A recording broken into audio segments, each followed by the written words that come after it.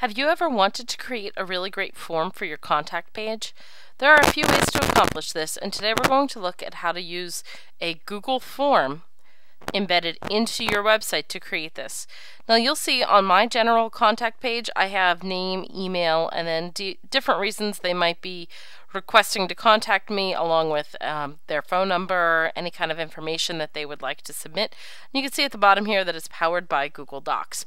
The way that this form was created is if we jump here to Google Drive, or formerly Google Docs, and then we simply go to a folder. Now I'm under a folder called Demo, where you want that file created, and if you've got other kinds of forms that you want to use, this is a good place to put them too. So I put all the forms from my website under one folder. Today I'm using the example Demo. We'll click Create, and then you'll see that I want to create a form to put on my site. So again, we'll go to Create and then Form. And in this area, you see that it's been overhauled a little bit, and this just happened within the past few days of this recording. I'm going to click Get Started, and you'll see that I can pick different types of layouts for my form. I'm going to go with just the default form because I want a white background because it'll go well with my site. I'll click OK, and I can title my form like Contact Courtney. You could give it a description if you'd like. Under your questions, you can ask all sorts of different questions. So the question title is, we could say, your name. And then instead of a multiple choice, I'm going to pick text here because I want, on that drop-down option, I want people to be able to write in their answer. In the help area, I could say first and last name, and then make that required. I can add an item. So the next item might be something more along the lines like your email. Your email.com. There we go. Say that's another text option. Could hit done. Actually, let's go back and we'll make this required as well because, you know, I'd like to be able to email them back. Then I'm going to add another item. And that could be, let's say that it is, what can I help you with? And this would be maybe more of a paragraph, more than just one or two words.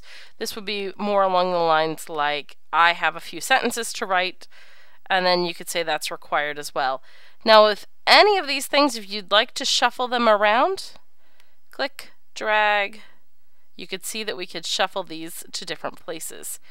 Then at the very end, you'll see at the bottom here is a confirmation page. So we could say, thank you for requesting information, and then whatever other tips that you would like to use there as well.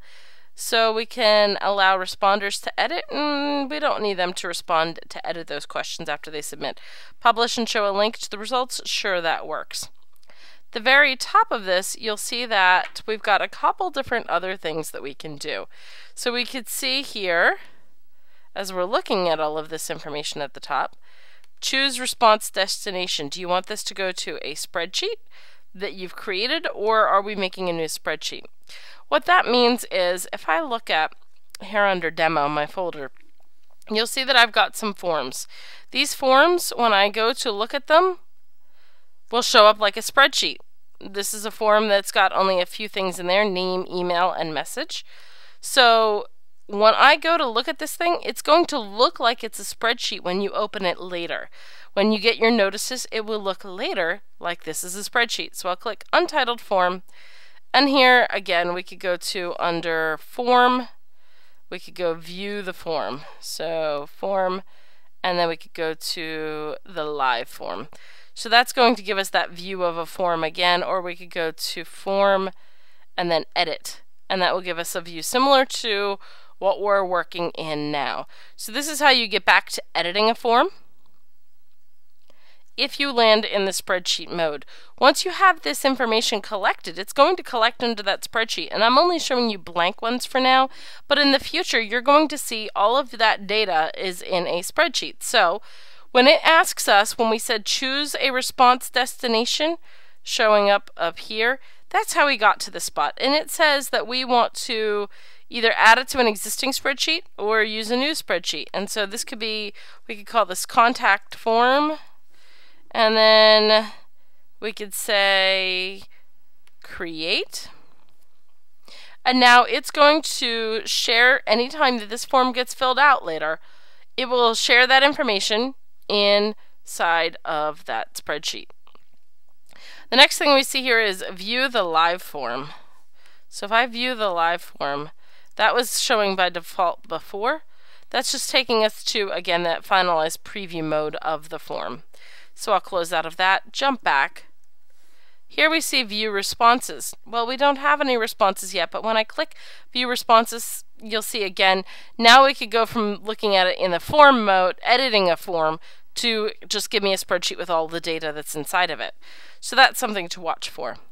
Now, along with this, you can still edit your theme and all of those wonderful things, but what we can do is, if we go to, you'll see under the responses, it will give you all the different types of responses that people can submit, and you could see where you want to change where that response is being collected and all these different things. There's a lot that we could do with that, but at the tail end of it, we see that we have this form. It is saved, and in order to get this form to display on our site, we'll go to the File option. Under File, we will see that we can either share this, and that would give us the ability to share it to Facebook, Google+, Twitter, etc., or email it to somebody, or grab the link and just send it to somebody that way. We can also go to, again, File and then Send Form, and that brings us to almost the same spot. This is prompting you to send it via email. File, and then if we go to Embed, that gives us the embed code. Now you'll see what's nice here is that you could change the width. So if, for instance, on my blog post or on my pages on my site, the width of the page is a total of 600. So if I'm looking at just that width of an area, I know that that is 600, and you can change the height of it too. So if you see that something gets chopped off, you could do that. Then you'll simply click in this area. It will automatically copy, or you can hit Control or Command C, hit Done. Then you can go to the site where you want to embed this. I'm going into a WordPress website, so you'll see in the top right corner that there is two tabs. There's visual and then there's text or HTML mode.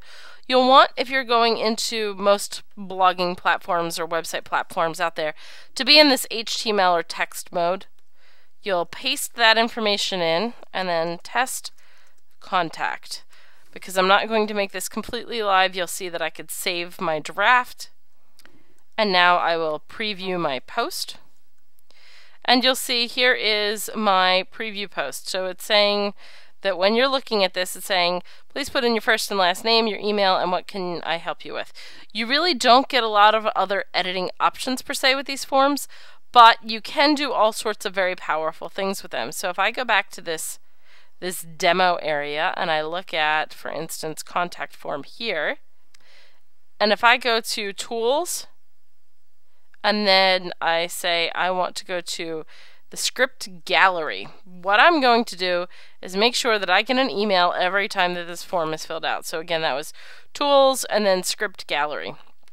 If I say contact form in this search box, you'll see that there is a contact me form and mailer. I can add that to my form, authorize it to allow, close the little notice, close the window, and now anytime somebody submits this form to me, I'll get an email notifying me that the form has been submitted. So there are a lot of tools in the script gallery, and there are a lot of data points that you can collect with this form option inside of your website. You can use the form for just the basic contact things, or if you'd like to get really advanced in the future, so if I go to edit my form again, you'll see that I can add in other items, and some of the answers to these other items can be checkboxes, multiple choices, choose from a list, a scale, or a grid. So if you were to collect a how satisfied on a scale of 1 to 3 are you with things, then you could give them an option, and instead of up to 5, we could say up to 3. Give people a field where they get to submit in all kinds of numbers to things, and then collect those data points. And when you want to analyze this later, you can use the Spreadsheet Mode and then go to Tools and Script Gallery to be able to get a lot of ideas as to how to compute that. So if you're looking at on a scale of 1 to 3 and you have, a few dozen people fill this one form out, you might want to turn that into a chart, which this Spreadsheets program can help you do. Or you might want to turn it into a lot of other things. And so you can go looking inside the script gallery for statistics and all kinds of different things, depending on your needs. So Google Forms is a great way to get started with a simple contact form on your website. And it's also a great way to collect all sorts of other data and surveys that you might need.